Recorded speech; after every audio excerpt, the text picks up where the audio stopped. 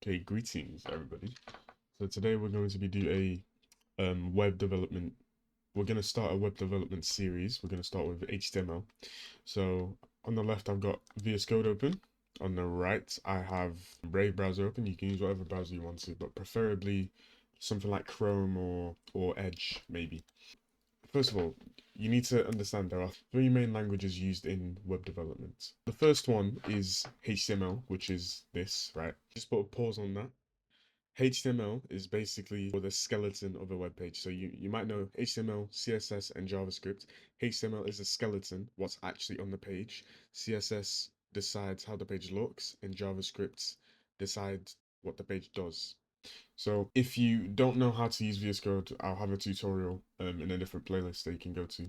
So you create your directory, and then you create a folder where you want to store all those files in. And the first thing you start with is creating an index.html file. And just put another pause on that. It doesn't specifically have to be index, but it's better practice to do so. You create an index.html file, and then you start in here. And I'm gonna have a list of extensions up on the screen that you should have. So basically, the live server one helps you create a web server, and you just click on a button down here. There should be a button that says go live there, and then you click on it, it opens the browser, and then you can do what you're doing. The first thing I'm going to start with is the boilerplate for HTML. So VS Code has some interesting stuff. It gives you the boilerplate pretty easily. If you do an exclamation mark and then press enter or tab, I believe, it should give you a boilerplate with all of this in there. But I'm not going to start with that. I'm going to do it step by step. If you already know this, you can skip on to the next bit. You're going to have to memorize this. You do a less than, exclamation mark, in all caps, doc type, HTML. And then you close that tag. And that should be less than, exclamation mark, doc type, HTML. Then the next thing, you need to create an HTML tag. That is going to have every single thing that has to do with the website. You should never put anything outside of it. And to create a tag, use a less than symbol and then the name of the tag, which is HTML in this case. You get rid of the caps. And then VS Code also does something interesting. If you do a greater than sign, it closes the tag for you, but I'm going to do it myself.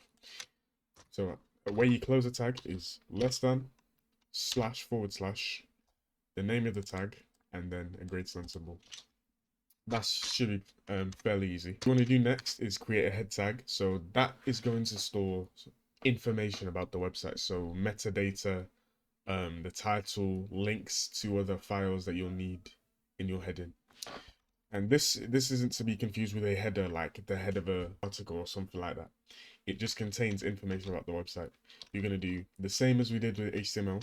Less than, head, greater than. VS Code should close it for you. And that will, for now, that will just contain the title of the web page, which is going to be, again, in tags, title.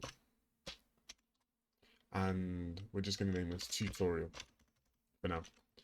And if we refresh on the browser, we can see it says tutorial up there.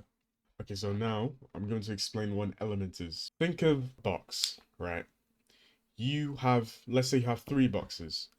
You have 20 transparent balls in the first box, 20 transparent in the second box, 20 transparent in the third box.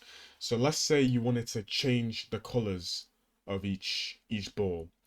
In one box, where you have 20 transparent ones, you can only change the color of that box, but you can't change the individual colors of the balls.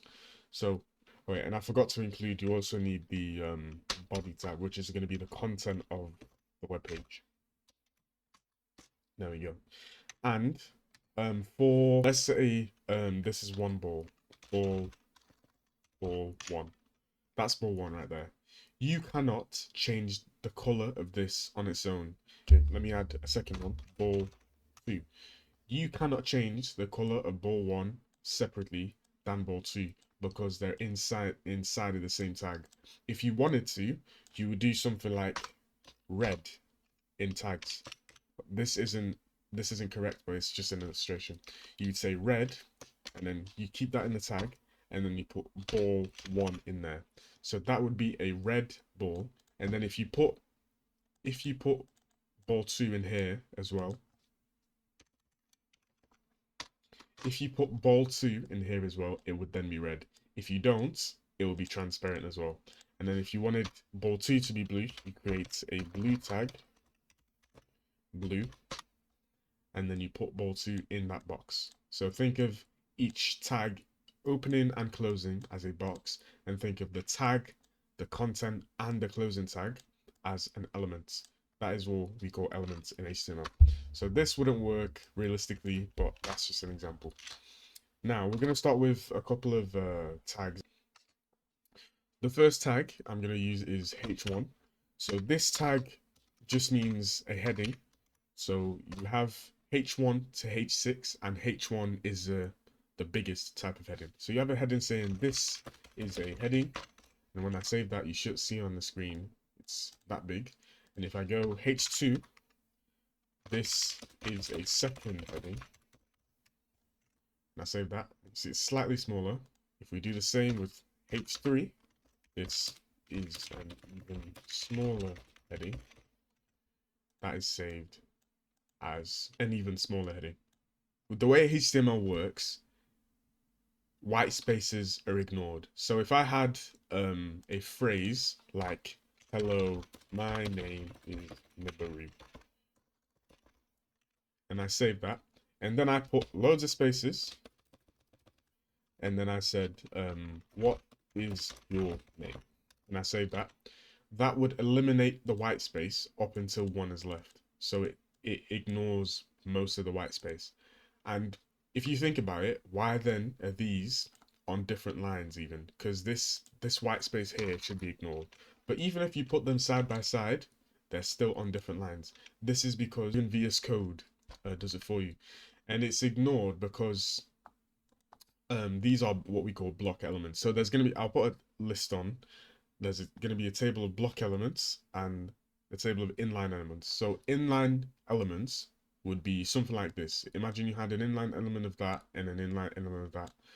Block elements usually take a line for themselves. So if I put just if I just put random text in there, it would push that text onto a different line because this has hogged its own line for itself.